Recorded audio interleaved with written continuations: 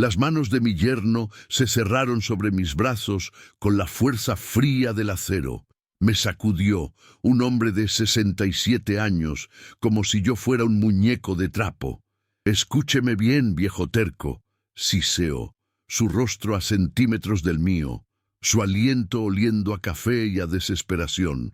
«Usted va a firmar esos papeles, no le estoy preguntando». Detrás de él, mi propia hija, Isabela, observaba la escena.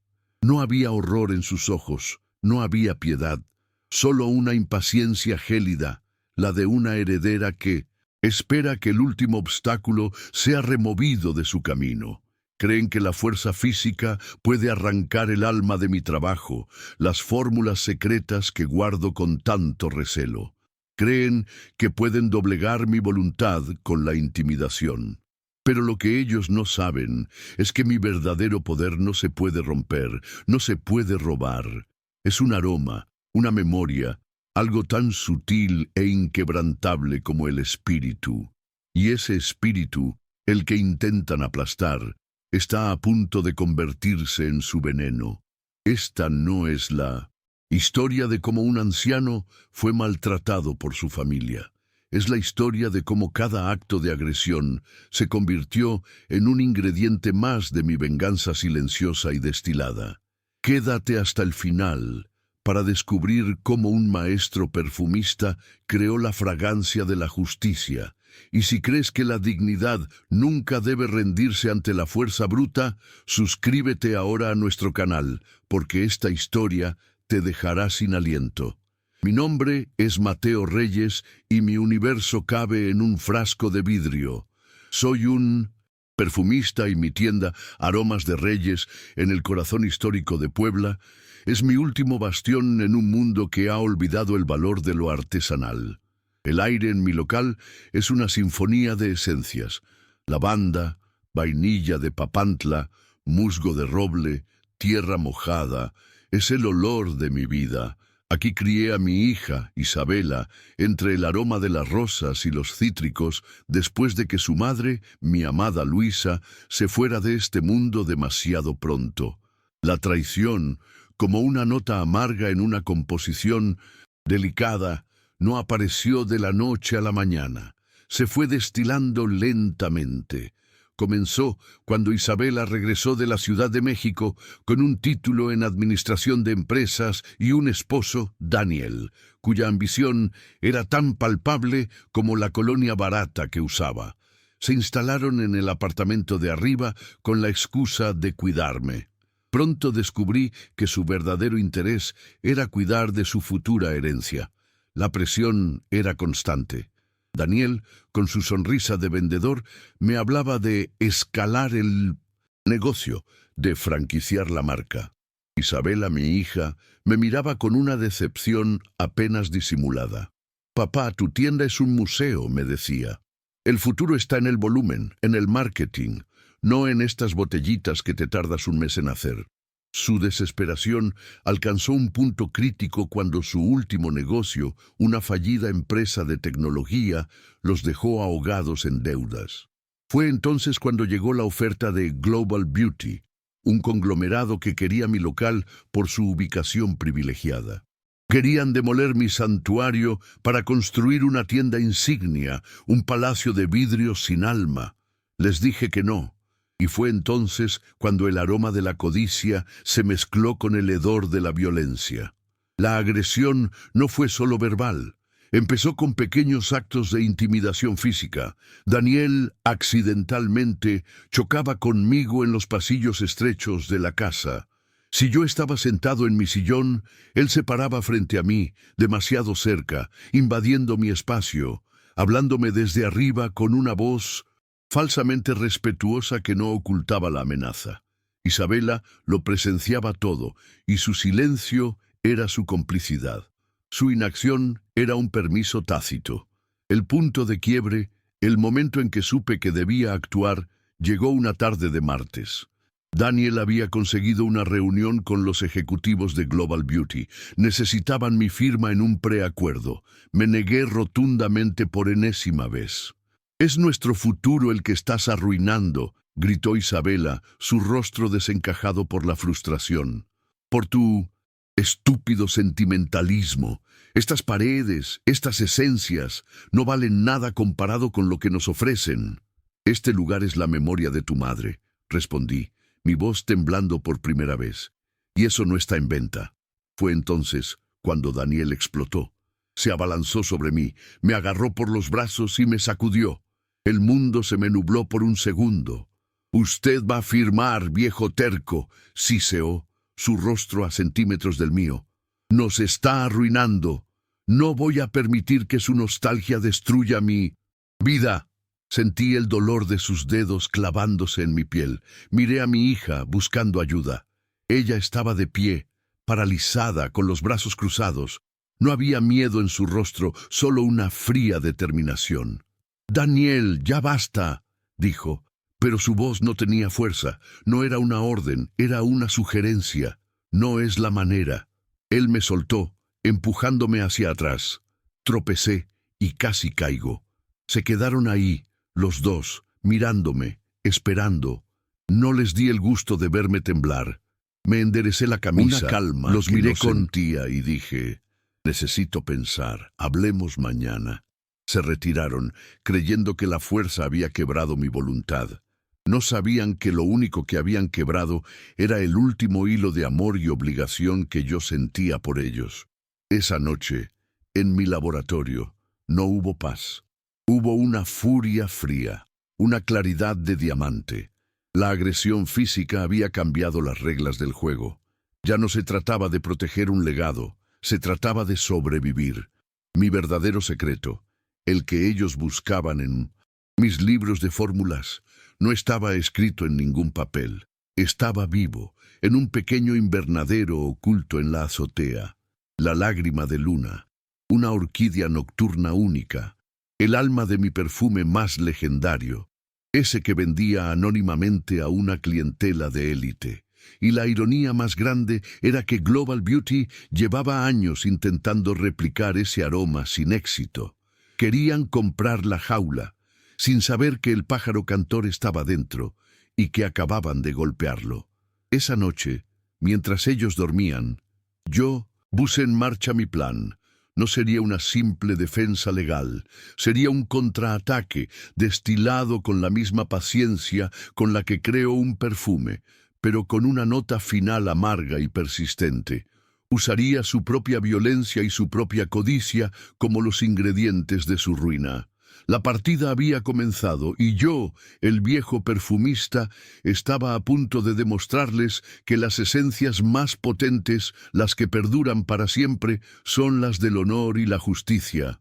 La mañana siguiente, al día en que la violencia entró en mi casa, me levanté con un cuerpo que no sentía mío.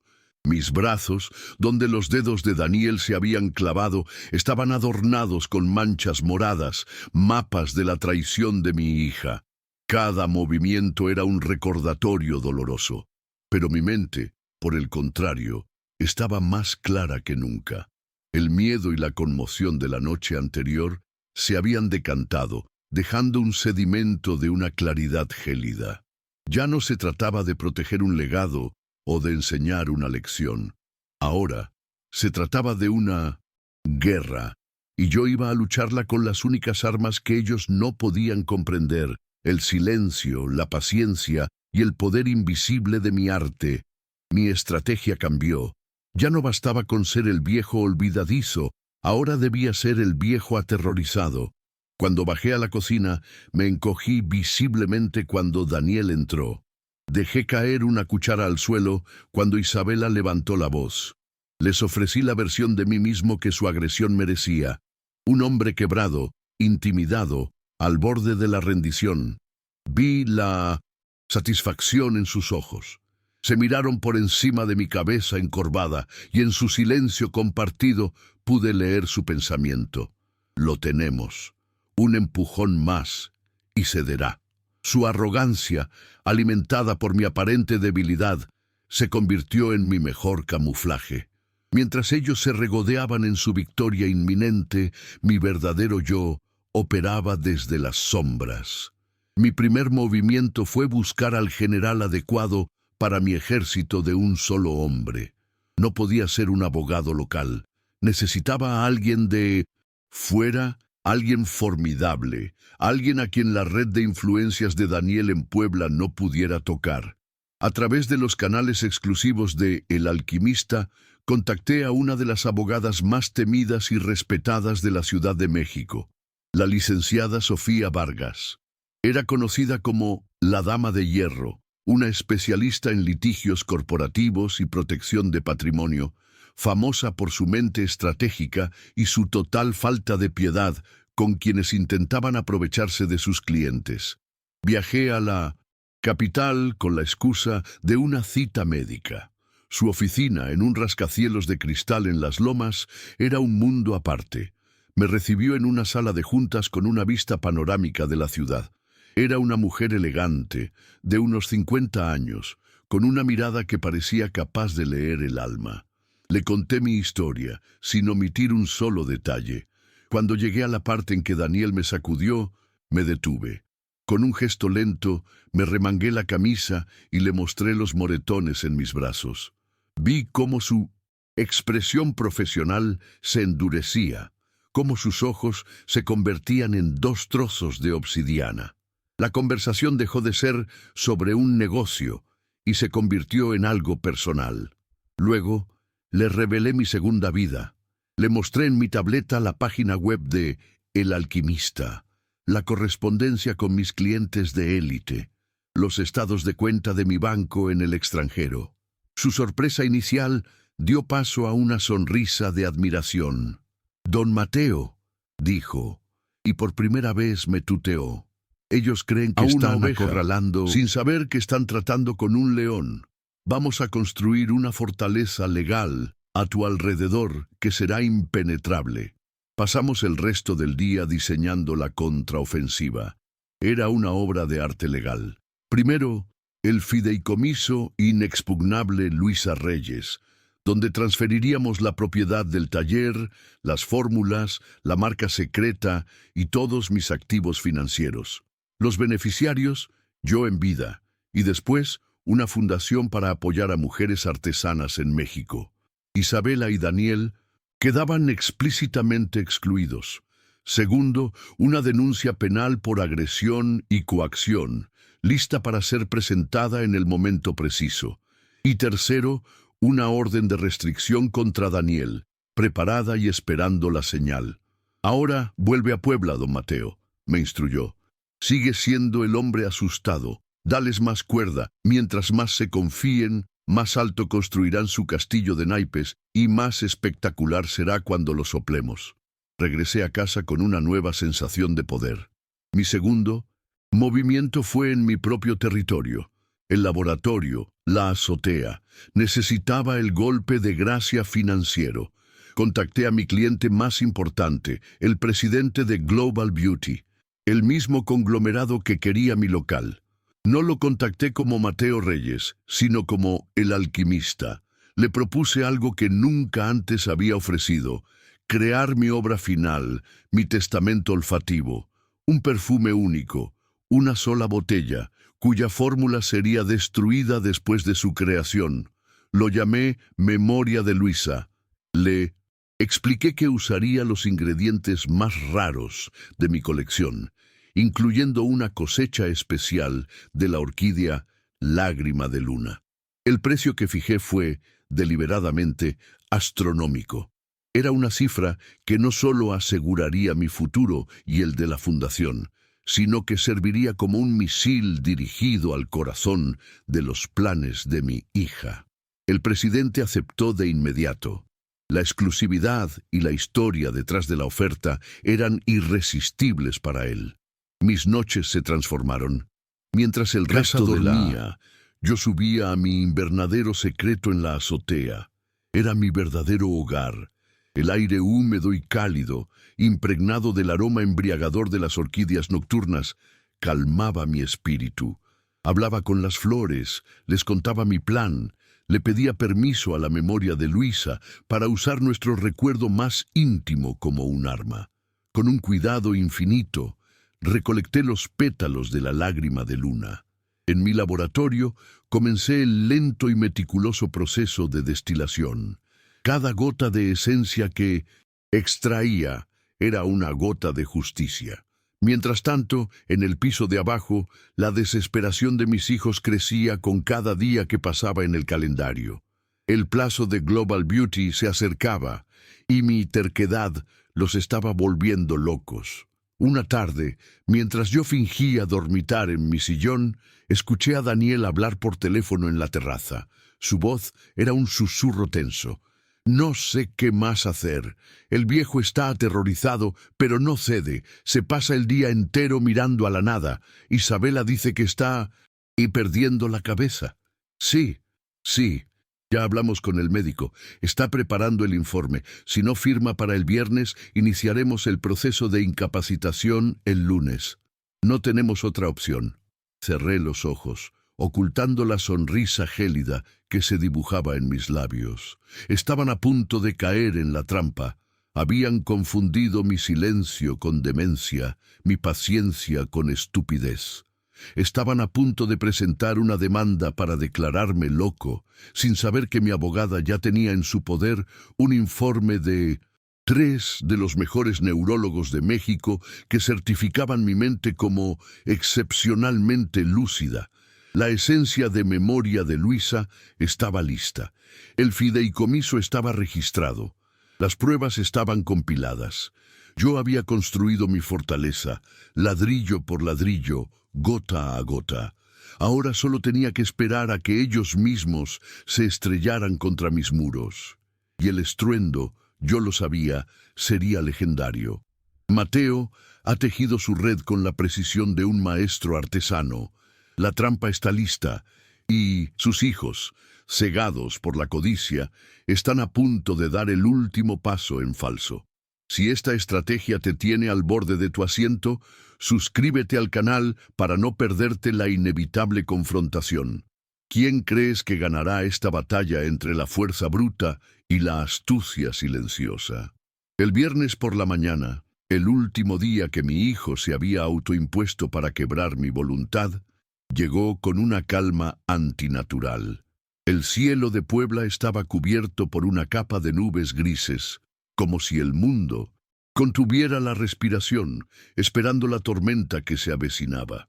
Yo, por mi parte, me sentía extrañamente sereno.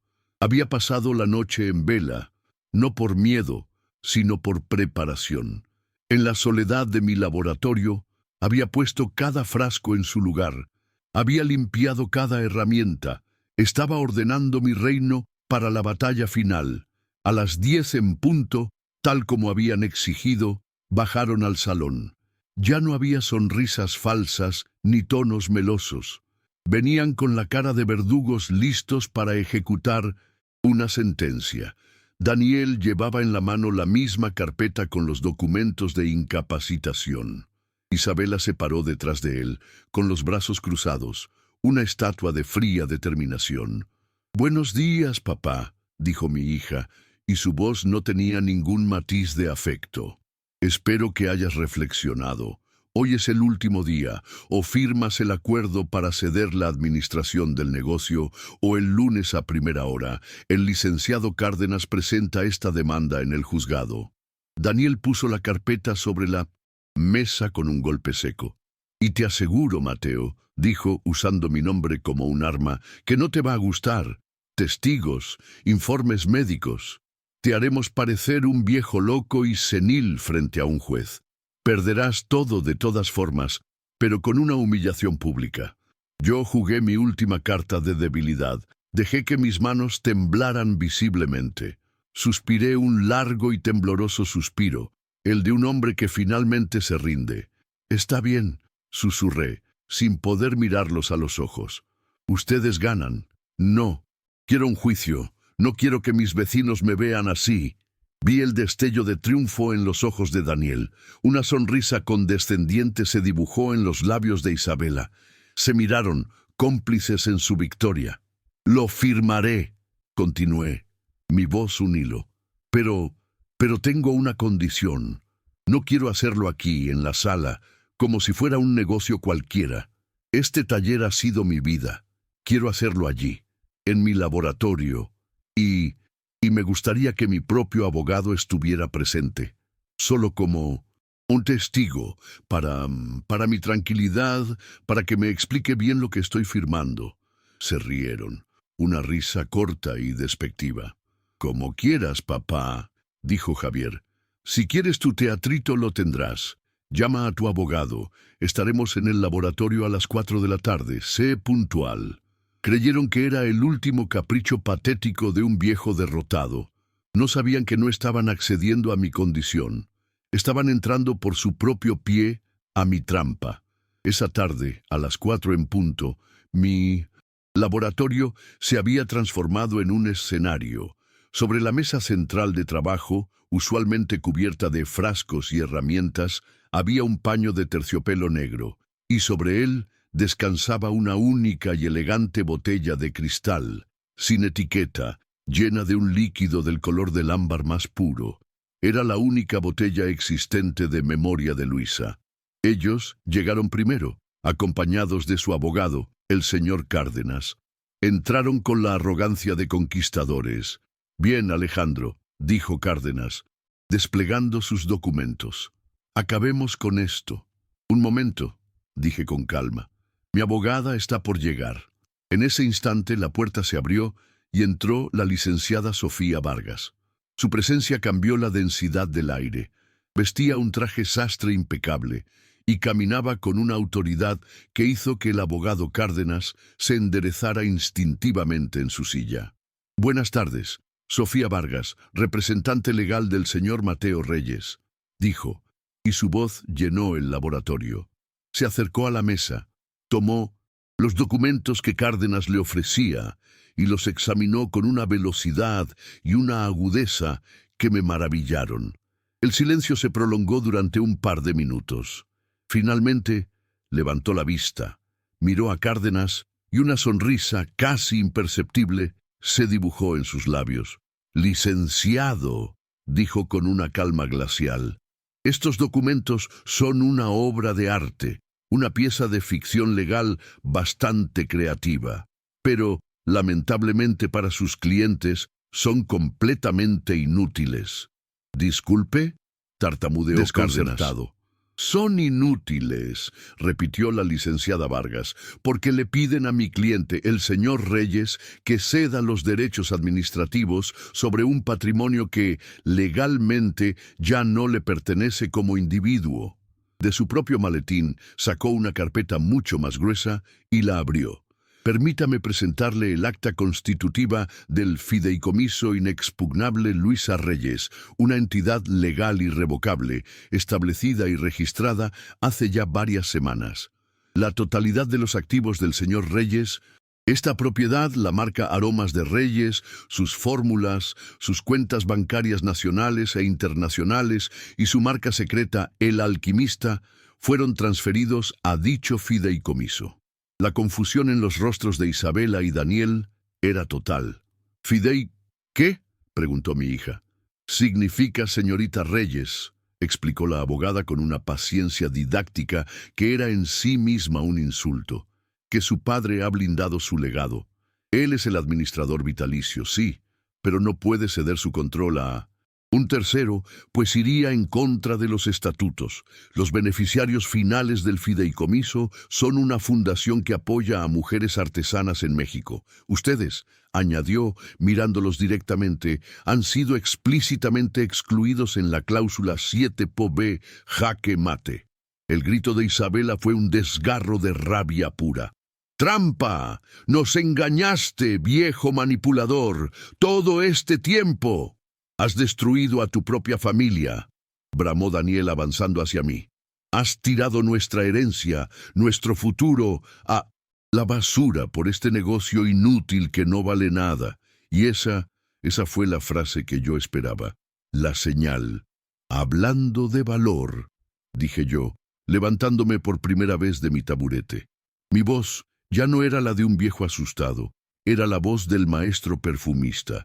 Tomé la botella de Memoria de Luisa en mis manos. «¿Tú crees que esto no vale nada, hija?», Crees que el alma no tiene aroma, pero hay gente en el mundo que opina distinto. La licenciada Vargas, como una actriz consumada, sacó otro documento de su carpeta. Esta es una comunicación oficial del conglomerado Global Beauty, anunció. La misma empresa, por cierto, a la que ustedes querían venderle este taller. Leyó en voz alta. Estimado alquimista, es un honor confirmar la adquisición exclusiva de su obra maestra final, Memoria de Luisa. Su trabajo representa el pináculo del arte olfativo. El precio acordado, que ya ha sido transferido a la cuenta del fideicomiso, asciende a... Y leyó una cifra tan obscena, tan monumental, que el aire pareció desaparecer de la habitación. Isabela y Daniel se quedaron congelados, sus rostros una escultura de shock y codicia frustrada. Mientras ustedes intentaban venderme por una miseria para impresionar a esta gente, continué, mi voz tranquila pero cortante como un cristal roto. Ellos, sus ídolos, me pagaban una fortuna por el alma que ustedes despreciaban, el alma que tú, Isabela, dijiste que no tenía aroma. Daniel, en un último espasmo de ira, dio un paso agresivo hacia mí, pero antes de que pudiera hacer nada, la licenciada Vargas colocó sobre la mesa, con un golpe seco, 2 documentos más. Y les sugiero que se retiren, dijo con una voz de acero. Este es un informe de la agresión que usted, señor Daniel, cometió contra mi cliente el martes pasado, junto con una denuncia penal por lesiones y coacción que será presentada si no abandonan esta propiedad de inmediato. Y esta, añadió, es una orden de restricción. No pueden acercarse a menos de 200 metros de don Mateo o de su taller. La reunión ha terminado. Se quedaron sin palabras, sin defensas, sin futuro. Su plan, su arrogancia, todo se había evaporado. Los vi salir del taller, escoltados por la mirada implacable de mi abogada. Sus siluetas, antes tan imponentes, ahora se veían pequeñas, encorvadas, derrotadas. Cuando la puerta se cerró y la luz del atardecer entró limpia en mi laboratorio, me quedé solo. Tomé la botella de Memoria de Luisa, una copia que había hecho para mí, y quité el tapón de cristal. Acerqué el perfume a mi nariz e inhalé profundamente. Olía a jazmín, a tierra mojada, a vainilla, a amor. Y por primera vez en mucho tiempo, olía a paz, olía a justicia. La trampa se ha cerrado con la precisión de un mecanismo suizo. La paciencia, la sabiduría y el arte han triunfado sobre la codicia y la violencia. Si este momento de justicia te ha dejado sin palabras, comparte esta historia con aquellos que aprecian una lección bien aprendida. Dinos, en los comentarios, qué te pareció la brillante y aromática venganza de Mateo. El silencio que descendió sobre mi laboratorio después de su partida fue absoluto. No era el silencio pacífico de la concentración, sino el silencio pesado y denso que sigue a una demolición. Me quedé de pie, en medio de mi santuario, por un tiempo que no supe medir. El aroma de las esencias en el aire parecía haberse purificado, liberado de la tensión amarga que lo había contaminado por meses. Escuché el tic-tac del viejo reloj regulador en la pared. Cada segundo un golpe de martillo que sentenciaba el final de una era y el comienzo de otra. Desde la ventana de mi taller, que da a la calle empedrada, fui un testigo mudo de su éxodo. Las siguientes 24 horas fueron el epílogo caótico y patético de su sinfonía de codicia. No hubo una mudanza organizada, hubo una huida frenética. Escuchaba los ruidos sordos que venían del apartamento de arriba, cajones abiertos con violencia, objetos arrastrados, las voces ahogadas de sus discusiones, ahora desprovistas de estrategia, llenas solo de recriminación mutua. «Todo es tu culpa, tu estúpida prisa», escuché gritar a Isabela. «¿Mi culpa?», respondió la voz de Daniel, irreconocible por la rabia. «Tú Tú eras la que no podía esperar para vivir en Polanco. Tú me empujaste a esto. Al mediodía siguiente, un pequeño camión de mudanzas, abollado y de aspecto cansado, se estacionó frente a la tienda. Era una metáfora perfecta de su estado actual. Vi cómo bajaban sus pertenencias, no con el cuidado de quien atesora sus bienes, sino con la furia de quien se deshace de pruebas. El sofá de diseño que no cabía por la escalera, los cuadros abstractos que habían reemplazado las fotos de mi esposa, las cajas de ropa de marca. Todo parecía ahora un disfraz, el vestuario de una obra que había sido cancelada abruptamente. Sofía, la abogada, había sido clara. Tenían 24 horas para sacar sus efectos personales. La casa, el taller, todo el contenido que era mío o del fideicomiso era intocable. La última vez que los vi fue a través del cristal polvoriento de la puerta del taller. Isabela tenía el rostro hinchado, los ojos enrojecidos, pero su mirada hacia mí no era de arrepentimiento, sino de un odio puro y profundo. Daniel ni siquiera me miró. Su arrogancia se había desinflado, dejando en su lugar el vacío de un hombre que se sabe derrotado. Se subieron a su coche de lujo, que ahora parecía absurdamente fuera de lugar, y se marcharon, levantando una nube de polvo que se tragó el último vestigio de su presencia en mi vida. Cuando el ruido del motor se desvaneció, un silencio nuevo se instaló, un silencio de paz. La casa, por primera vez en años, volvía a respirar a mi ritmo. Las semanas que siguieron fueron de una calma casi irreal. Me dediqué a purificar mi espacio, quité los muebles que habían dejado atrás, doné la ropa que habían olvidado. Limpié cada rincón, no solo con agua y jabón, sino con salvia y copal, como me había enseñado mi abuela para ahuyentar los malos espíritus, y funcionó. Poco a poco, el aroma de la traición fue reemplazado por el aroma del cedro, del cuero y de la paz. La licenciada Vargas me visitó un mes después. Me trajo noticias, no chismes. «El mundo que ellos habitaban es pequeño y cruel, don Mateo», me dijo, mientras tomábamos un café en el patio que yo había comenzado a replantar. La historia, como era de esperarse, ha corrido como la pólvora. Me contó que el presidente de Global Beauty, furioso por haber estado a punto de ser parte de un escándalo familiar y por casi perder la exclusividad con El Alquimista, se había encargado personalmente de que el nombre de Daniel y el de Isabela fueran tierra quemada en el sector empresarial. Sus sueños de lanzar su propia marca de perfumes se habían convertido en cenizas. Daniel había perdido su trabajo. La firma para la que trabajaba lo despidió para evitar daños a su reputación. Isabela, cuya identidad social se basaba en la promesa de una herencia millonaria, se encontró de repente excluida de los círculos en los que tanto había luchado por entrar. Sus amigos dejaron de contestar sus llamadas.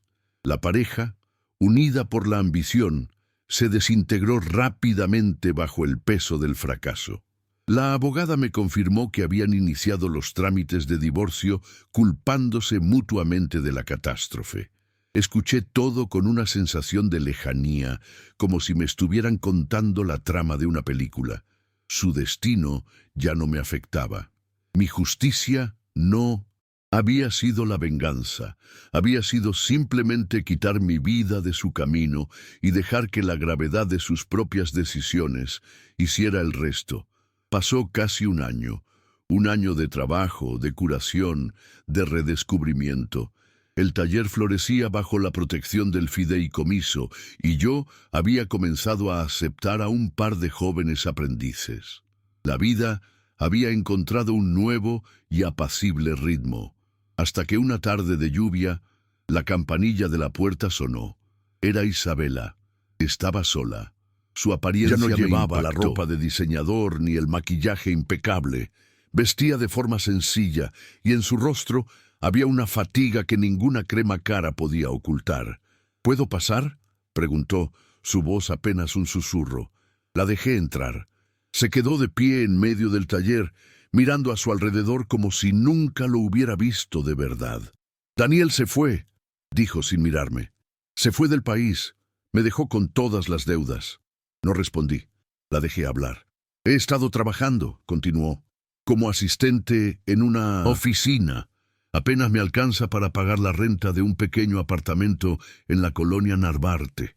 Hizo una pausa y finalmente me miró.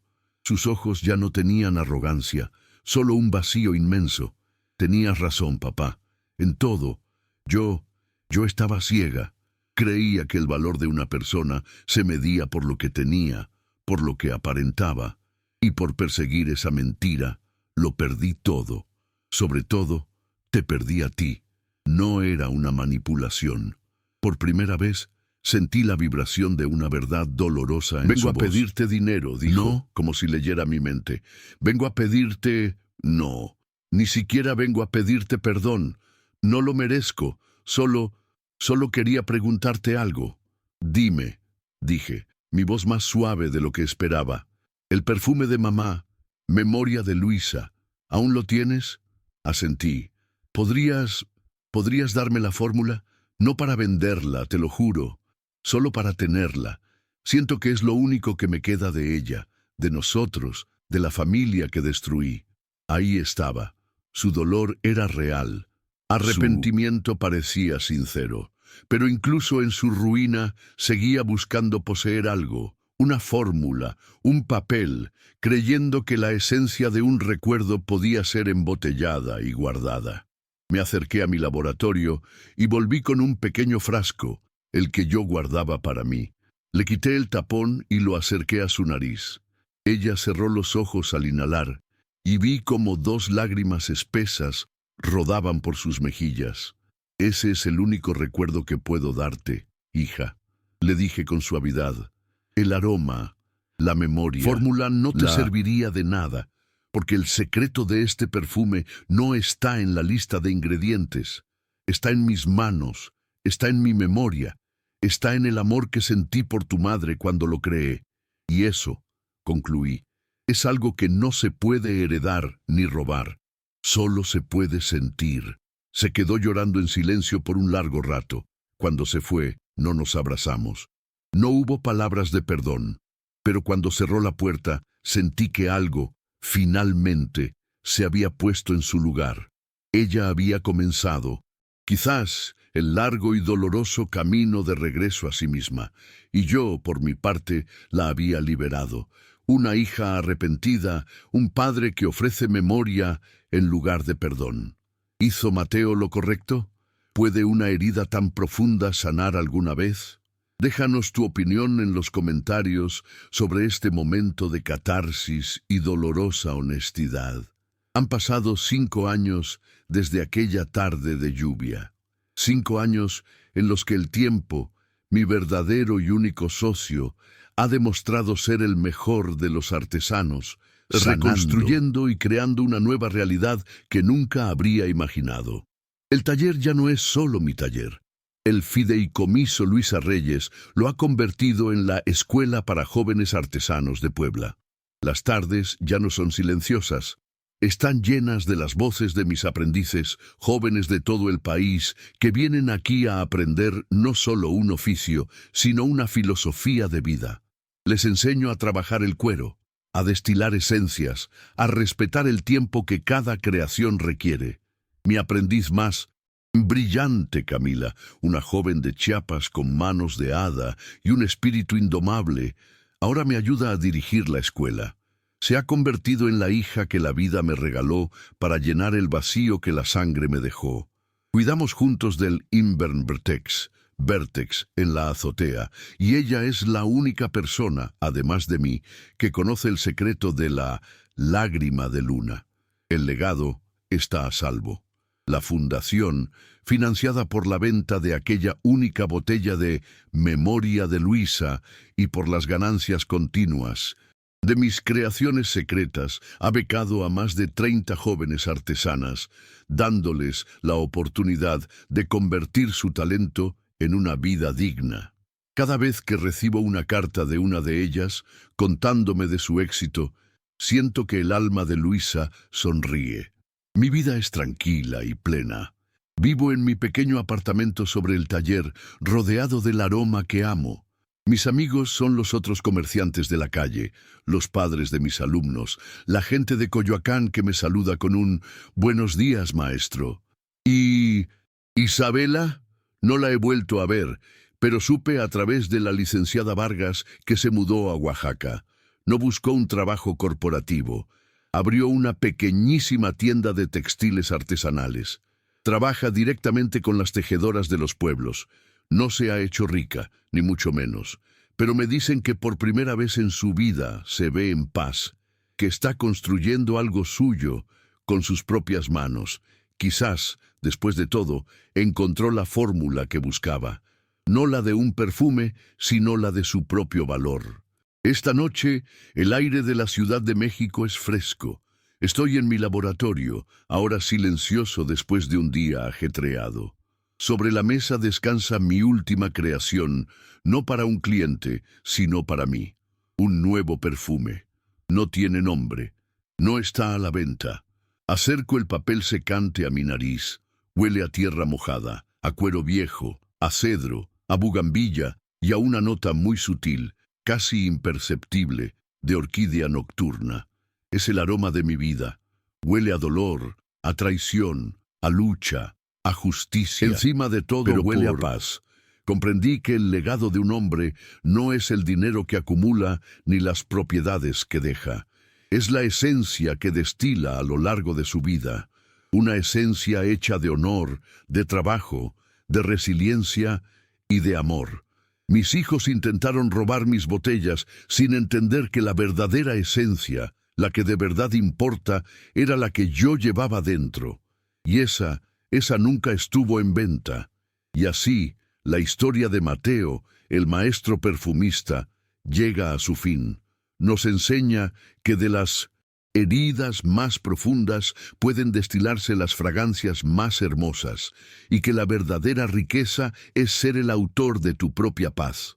Si esta jornada te ha inspirado, suscríbete a nuestro canal y activa la campanita para no perderte más historias que, como esta, nos recuerdan la fuerza del espíritu humano. Cuéntanos, ¿desde qué rincón del mundo nos has escuchado hoy? Tu apoyo es el alma de nuestro taller de historias. Gracias por acompañarnos hasta el final.